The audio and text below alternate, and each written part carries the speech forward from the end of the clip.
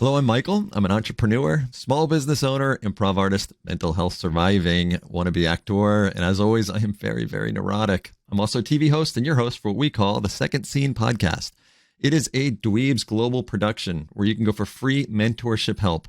Anything from resume writing to mental health, dweebsglobal.org. They have mentors around the world. Again, it's completely free, dweebsglobal.org. So I'm here today with Adam Liette. Adam is a 12-year veteran of the U.S. Army Special Operations. He has served in 6 combat and non-combat rotations in 7 different countries and was part of the major campaigns during the War on Terror. He also has, I think, a master's in classical music, a master's in business administration, and he grew one of the world's largest online music education communities by over 600%. And uses all of his knowledge that he's gathered throughout his life to help other entrepreneurs grow their business. So welcome, Adam. Yeah, thank you for having me. I have a friend whose husband serves, and he's gone right now for 3 or 4 months. She's pregnant. They're due with their first pretty much as soon as he gets back. Yeah. Been there a couple of times. That's the military. That's the military life, huh? It is. It is. You embrace it or don't. We is that did hard? for as long. I mean, it's gotta be hard.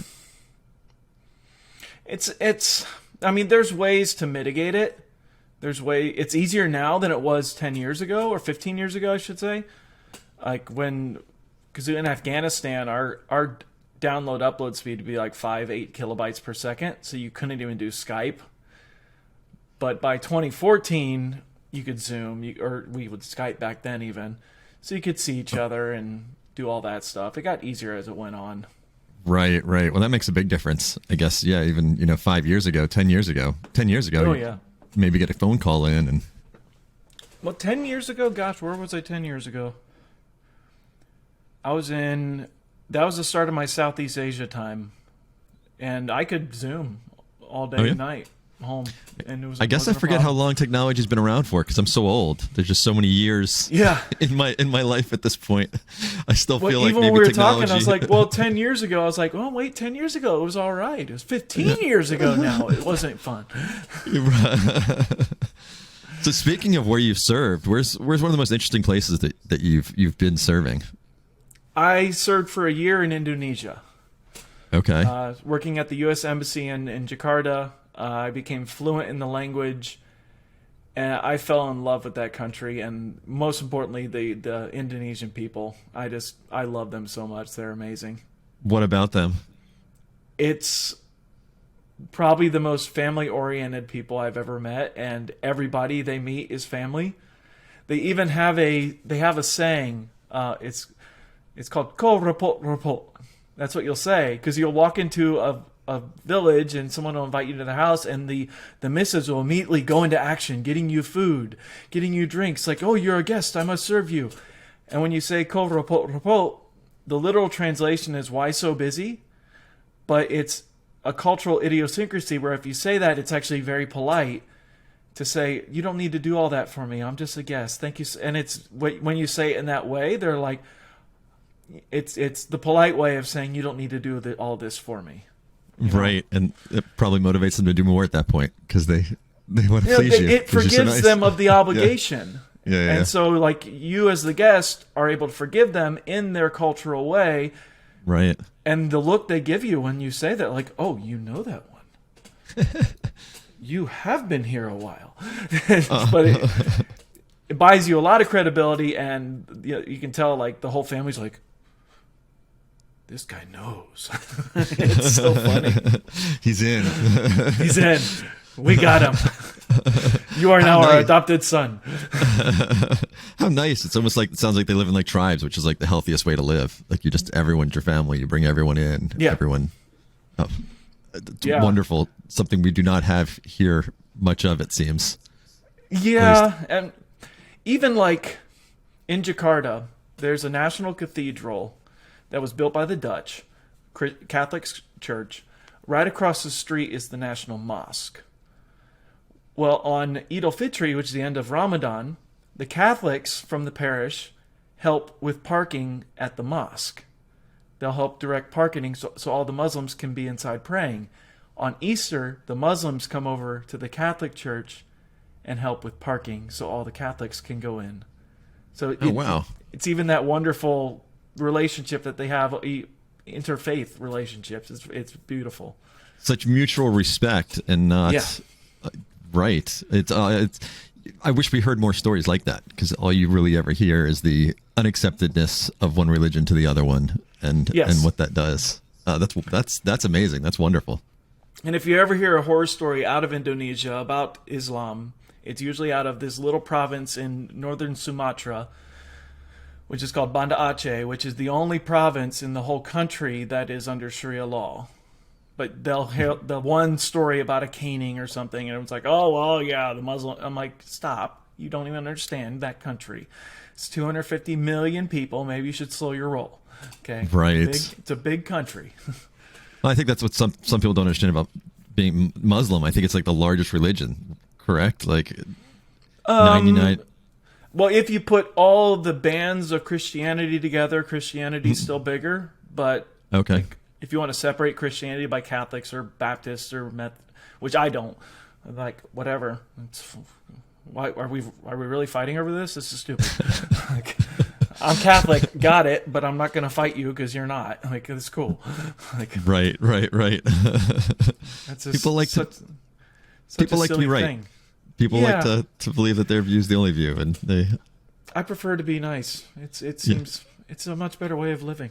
I'd have to agree. Yeah. What's one place that was what was like the most unexpectedly different place that you had seen, like something you went to that was just so out of what you had pictured it to be? Well, this was pre-coup because they're under a military coup now, but Myanmar, I didn't really know what to expect. But I spent like a month there. Myanmar is like, it's like you went to Thailand in a DeLorean. It's still very Asia, but everything is, it's like Thailand meets Cuba, because they were so cut off from the outside world for so long that they're still driving these super old cars. Everything's kind of outdated but yet all the new modern stuff's starting to come in. And the people don't know what quite to make of you because you're the white guy that showed up, and they haven't seen many of them.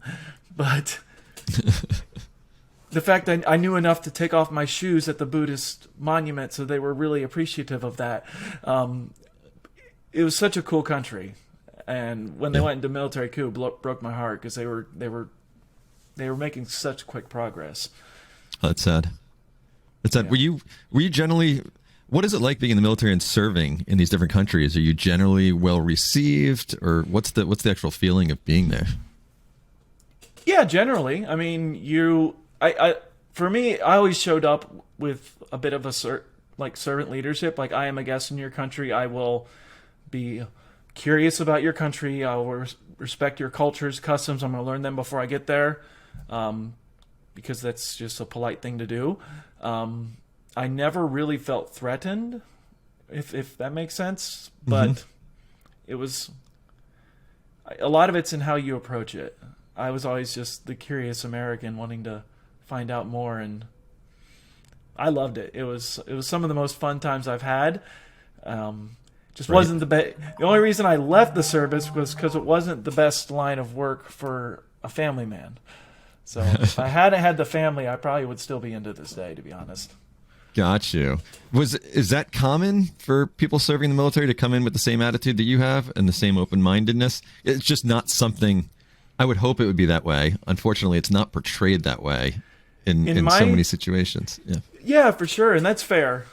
In my branch of the military, I was in a special branch. It was a special operations unit. It's called psychological operations. Part of our assessment phase, when they brought us in to even go through the training, they would actually throw those cultural curveballs at you to see how you would react to them. Huh. They only accepted people that were of that mindset, were going to kind of roll with the punches and not show up as the ugly American, so to speak. So, I mean, that was one of the first tests that we had in the selection process. Oh, wow. That's wonderful to know that that's there. That's not something you hear about. Again, that's wonderful to know. Yeah. It's a very small branch. There's only like 1,000 of us in the whole military. So for that reason, it's kind of like, oh, those guys, they're over there doing that. Okay. So what was your chief role? What was the role that you guys were there to do? So whenever I go to a country like that, I'd be working with the U.S. Embassy, work with the ambassador directly. We were working to advance U.S. interests, Western interests in that country, largely on a peacekeeping way of looking at things. So in the broader section of things, we have like 7 phases of warfare. If you study military warfare, the phase that isn't really studied well is phase 0, which is all the stuff pre-conflict. Now, pre-conflict is designed to do 2 things. It's designed to, A, make sure if there is a conflict that we win. But the most important part is to prevent conflict. So we were actually there on behalf of the ambassador using our relationships, information operations, what we called it, to try to see the areas of potential conflict and work with the public affairs officials, with the local agencies that were on the ground there, the agencies in country, so the local nationals that were in that country, and find those areas of potential conflict and try to get in front of them together. Okay. Like, did you go fully in gear even on these types of missions? Like, I imagine that'd be intimidating to the people that you're coming to. Oh yeah, no, it was always civilian clothes. I mean, okay. we weren't like pretending to not be military. We had to declare that we were military, and that was part of the mission. But no, it was always a lot of flip flops, a lot of shorts, a lot of suits. Really? Yes. Okay, so it wasn't, you weren't coming across as an intimidating armed American. Oh no, we were never even armed. Like we would never have weapons. Oh really? You had to abide by the laws of that country. So you fly into a place like Singapore, you can't have a gun in Singapore. That's not going to happen, you know. Right.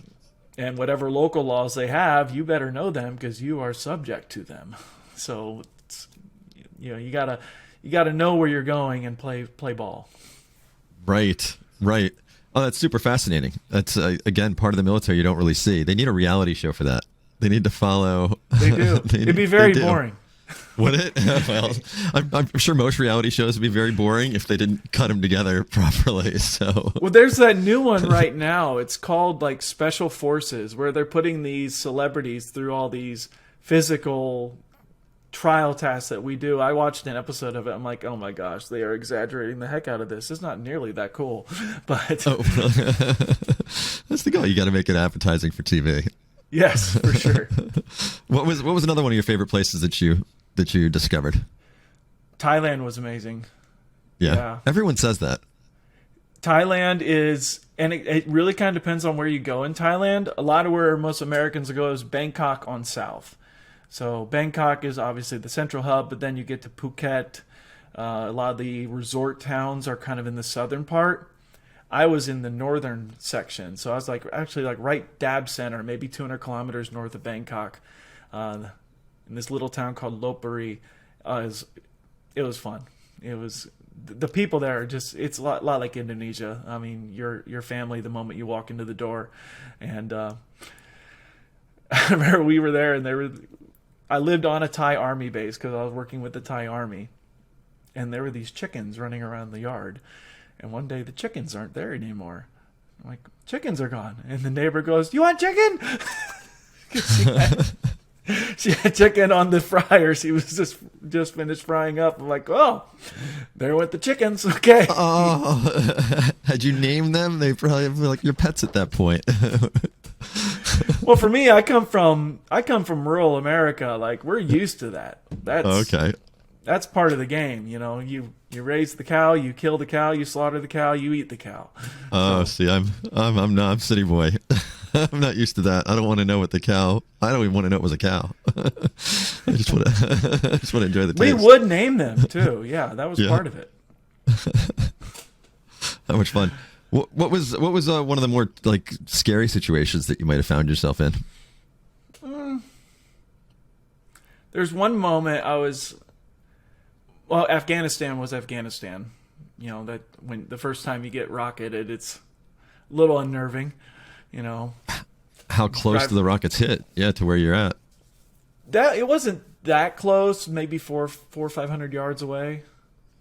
That's pretty close. So, I mean, close enough, but I think the freakiest moment it was when I was still in Indonesia, and I went to one of the more outlying islands. I was asked to go there to meet some people, and I was told, like, here's your driver, go with him. Okay, sure. And we're driving, and he's answering the phone all day long, and he's just like, he's just really cryptic in his answers. He's like, yes, I have them. No, they've checked out of the hotel. We'll be there at 5. I'm like, okay, I just watched Taken last week, okay? Like, what are you doing? And then finally I just start speaking I could understand everything he was saying. I don't think he knew that I spoke Indonesian. And so eventually I just responded to him. I'm like, who are you talking to? And I said it in Bahasa, and he just goes, oh, this is Chief of Police. Like, he immediately saw that look in my eyes. I'm like, who are you and what are you doing with us? Just that moment of, I don't know. We just met. I mean, I don't trust you yet. And we're in the middle of nowhere. So, and I have no backup and I have no weapons. And all I got is you, my man. Who are you? Wow, wow, you really put your trust into your commanders, I guess, and where they're telling you to go. For sure. It's part of the gig. Who would you recommend the Army to? What type of person? Or honestly, like, military service is something I would recommend to almost anyone. At least for a couple of years. Or service in general. You know, it doesn't have to be the military if you're not. I get it. I fully understand if you're not willing to go that extra mile that sometimes the military requires you to do. But service in general gives you a greater appreciation for everything. Gives you an appreciation for doing without. You know, they're like, my children are at that age where they're going to start working soon, and their first job will be at McDonald's. Because you do not learn to appreciate people and treat people the right way until you work fast food or in the service industry in some way. Because you're going to get treated bad, and you're going to be like, I am never treating someone like that ever. Because I know what it's like to be on the receiving end of it. But when you serve in that capacity, it gives you a greater appreciation for the world, for our country, for everything that we do have, and that stays with you for the rest of your life. The good lessons. You know, I never really thought about that. Now I'm wondering where I'm going to put my kids when they're out of school, because it's not a bad idea. Like, they need to see that. They need to feel that. It's almost like it's experience it. Much different than seeing. Yeah, and even volunteering for a summer at a youth camp. I mean, something like that where you're like, you have to start to learn what servant leadership is and like be in that role. I mean, that will help do the trick too. So it doesn't have to be the military. It doesn't have to be like, you know, what's that program where they send people, the Peace Corps. Like, it doesn't have to be something that extreme, but like anything just to take them out of their comfort zone, take away a lot of their more modern privileges and devices, and they're a little bit more dependent on everyone else. It's a good thing for everyone. I'm sure we're raising like the softest generation ever, just because of the houses that we live in, the beds that our kids sleep in, travel more than we ever did. They get everything that it seems like every generation has it easier, especially in America. You go to other countries, you don't realize all of the material things we have here. Like, it is wild. It is wild. I go to Spain all the time, and even there, you know, it's the first world country. It's great, but compared to here, like, you know, you don't have central air. You know, you don't have, and you don't turn on the air either unless it's like 110 degrees. You just take your shirt off. And, you know, right. Like, so you've taken everything you've learned serving in the military, and you've created your own business out of this. You also have a degree. My first degree was actually in classical music. I had a I was a dual music ed and trumpet performance major. That was all before the Army. So I went straight from playing classical music and Mahler and Rachmaninoff and all that to jumping out of airplanes. Quite the transition point. Wow. Yes. How did that transition happen? It was funny. It was at the height of the Iraq War, and the Army has a small number of musicians in the military. And they had a very nice signing bonus, and they were offering to pay off student loans. So coming out with a degree in classical music, understanding that there's not many jobs, wait, they're hiring, this sounds like a good idea. So that was part of the reason I joined. Well, that was the reason I joined the Army, I should say. I felt that pull to join the military anyway, because I was 18 when 9/11 happened. I was just out of high school, and I went to college instead of going and serving. So 4 years later, I'm graduating, and that 9/11 pull never really left me. It just was delayed. Got you. Yeah, how did you experience that at 18? I guess I was 20. I don't know, work it out. I was 20-something at the time. I actually lived a block from the Trade Center, so I was really, in the center of it. Yeah, I was right there. But as an 18-year-old, how did that hit you? I just remember feeling numb. Like, at the time I was working, I hadn't started school yet, so I was at home with my parents yet working. My girlfriend, now wife, and I had just come back from, we had like our job, and then we had a morning gig we kind of did on the side. We'd clean this bar every morning. And I was sitting there playing Madden, and suddenly my mom came in and said, are you paying attention to what's happening in the world? And I was a dumb 18-year-old. No, what's going on? And we turned on the TV just in time to see the second plane hit. And, there was that immediate fear of the draft's coming. We're all going to war. And really, I wonder if that's like, where were you from? I wonder if that's like the part of America you're from that would have made you feel that way. Like that was like the last thing I would have thought. But I'm a city boy. Yeah, I mean, I was born and raised and now live in rural Ohio. So, military service is part of my family's lineage. My grandfathers were both in Korea. My uncle was in Desert Storm. My other uncle was in Vietnam. And okay, it was the first thing we thought of, because here I am, this brand new 18-year-old. I'm the first to go, if they do the draft. Right. No, it makes sense. It's just wild, because it's like that was like, I don't remember ever thinking that whatsoever when it was going on. So it's just from different places to have like the different reactions, the different thoughts, and So, mm-hmm. Go on. I ended up, I wasn't enrolled in school yet. My mom made me go enroll in the community college that day. Yeah. Just because I was, just in case, like, give me options at least, which, retrospect, I'm like, wow, why did I do that? But we were all reactionary at that point. Oh, yeah. No one knew what to think. Oh, yeah.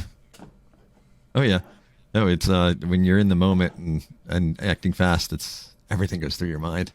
Everything goes through your mind. So that really motivated you. That motivated you to want to get into the military.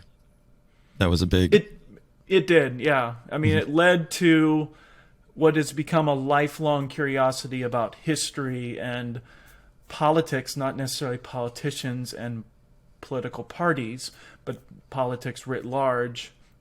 And, that kind of snowballed all through college, where I just kept learning, kept paying attention, and seemed like the next logical step after school. My parents were not ready for that when I brought that to them, though. They're like, "You're doing what?"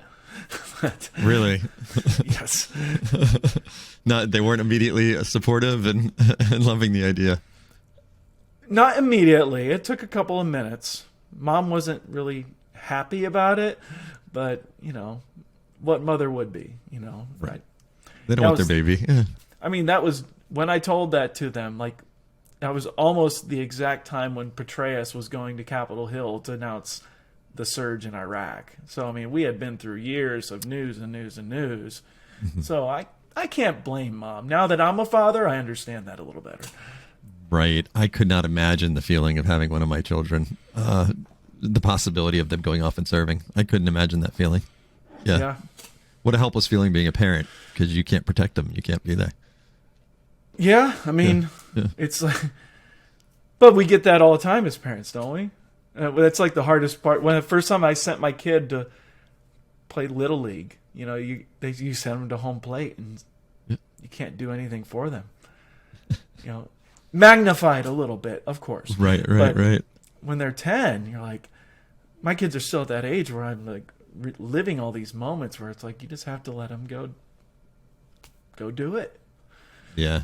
Experience it. And what a blessing and a never-ending terror being a parent is. I'm so glad I went bald before I had kids. So I wear a hat. Yes. I'm on my way. Went gray real quick when I had the kids. Yep. So you started a company. What's the company that you've started? The company's called Smooth Operations. Smooth Operations.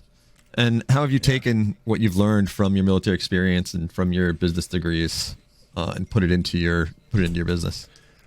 So I had an intermediary where I left the military. I ended up taking a full-time job in between there at one of the world's largest music education companies. I actually started when I was still in the Army. I was freelancing, doing social media management for this company. And when I got, when I was near the end of my service, the founder and director asked me to come on board full time. And I became the first operations manager for a team of 4. Over the years, I ended up staying with that company for 4 years, and we grew it from 4 to 20. So I was able to be a part of that whole growth curve and experience all of the fun of what it's like to grow a company in flight while you're trying to do the marketing, trying to balance the budget, and still serve all your customers. And it's a great experience, but a lot of learning points along the way. And so that really inspired me to start my company, where I work with I try to bring in companies that were at that stage when I joined the music company, of that just starting that scaling point, and really help them navigate the various trickeries that they're going to go through, so they can scale easier and with a whole lot less stress than I had to do it with. Well, I know stress. That's Yes. I think it's impossible to grow a company without stress. I mean, if you're not an entrepreneur unless you have experienced stress. Well, there's stress, and then there's stress. Yeah. It's all in the tone, I think, that you deliver it with. Right? I had the stress. Yes. I started quite a few companies myself, and it's a incredibly rewarding, painful process. Yeah. Well, there was one moment, I remember it like it was yesterday. We were 5 minutes away from launching Black Friday, that was our big sale of the year. And I had been working like a dog to get this in line, and it's set to go. And suddenly my whole back just locks up. I'd been carrying it and just like willing this into existence, and my body just said, nope. Wow. And all my fingers went numb. I couldn't feel them. But I still had to work. I hadn't created a system around myself, anything to support me. I was alone on an island running all the marketing, all the operations for this big promotion. And I had to suck it up for 5 days to get through it. And that was really an inspiration point to be like, okay, you can't do this alone. You need to build support around yourself. You need other people. You're a rock star, but you're not Superman. Right. Well, you gotta learn to delegate. If you want to be an entrepreneur and you want to be a boss, you want to own a business, you gotta. Delegation is probably one of the biggest skills to have. It is, and it's one of the hardest things to do. Not in terms of telling someone to do something for you. That's the easy part. The hard part's actually letting go. But when you can figure out how to let go, you're well ahead. Yeah, letting go and then not micromanaging it. Yes, big time. Yes. Because I'm a control freak when I'm doing stuff. So I tend to expect the person to do it in the exact way that I would have done it. And I know that's not. And they don't. What is wrong with them? My gosh. They have their own mind? What? No way. I didn't hire them for their own mind. I hired them to be me. A duplicate of me. Oh my gosh. I did end up accidentally hiring a almost duplicate of me. I was like, we are the same person. This is crazy. Okay, this is going to be fun. The rest of the team's like, oh gosh, not one of these guys. Okay. Not to a him. What was the first, if you're helping out a business, what would be the first leg of support you would tell them to hire? If that's even possible. I guess every business is different. Is there any way to... Well, the first thing I'm going to do, actually, is have them do a time study. Because time studies don't lie.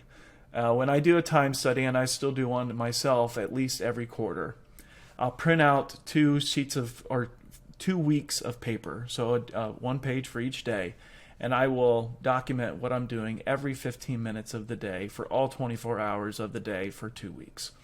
Oh, wow. And I'm gonna look at it after the fact and let the data tell me where my time is going.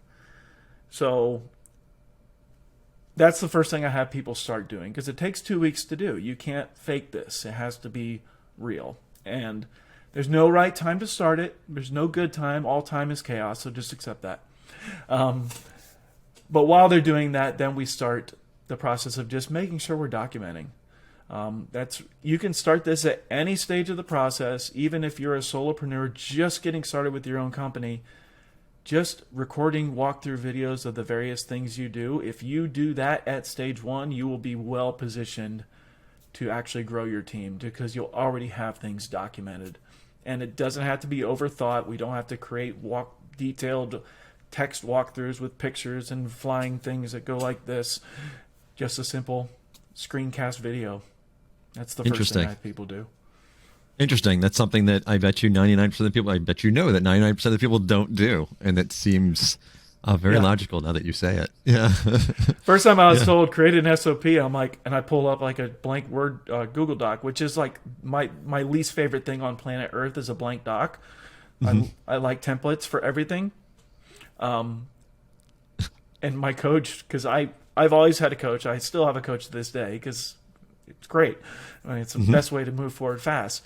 I agree. My coach was like, wait, you opened a Google Doc? What's wrong with you? And he told me that. I'm like, okay.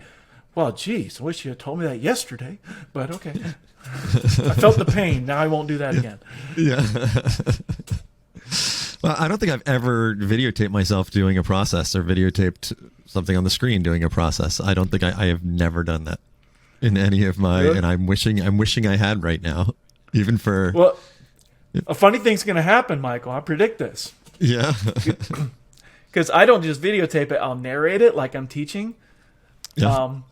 And here's what's going to be funny. You're going to be walking through it, talking your way through the process, and you're going to stop halfway through and go, wait, why did I do that way? That's so stupid. There's an easier way to do it. Because you're now thinking of the process with a different framework. And so you're going to optimize your own process just by documenting it. So you're going to have to do 2 videos. At least. That makes a lot of sense. I wish I had done these from the beginning. I mean, even processes, even for yourself, because you'll do things and then a month later you got to do them again. And how did I do that again? Yeah, you're teaching yourself 70% of it. Yeah. Yeah, especially with tech stuff, like platforms where we only use it once a month and we have... Wait, where's that thing again? It was right here, right? That video just saves you so much time. Oh yeah.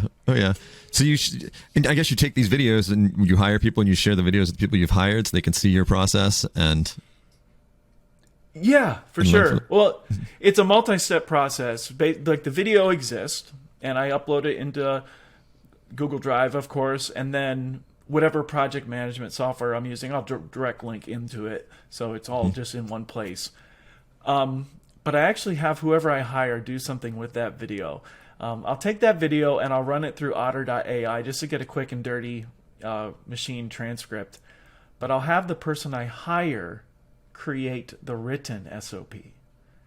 Huh. Because now they're watching the walkthrough video with intention. And they're Gotcha. having an output, not just watching it. Have you ever taken an online course that never has you do anything? Yeah. How much do you remember from that course versus the one that had you filling out a workbook? Very true. It's the same principle. We're putting it into action. Very true. Now, are you okay if they come back to you and tell you that they would like to tweak your process? We can have that discussion. Yeah. That's more that I'm more comfortable with it in like maybe 60 days.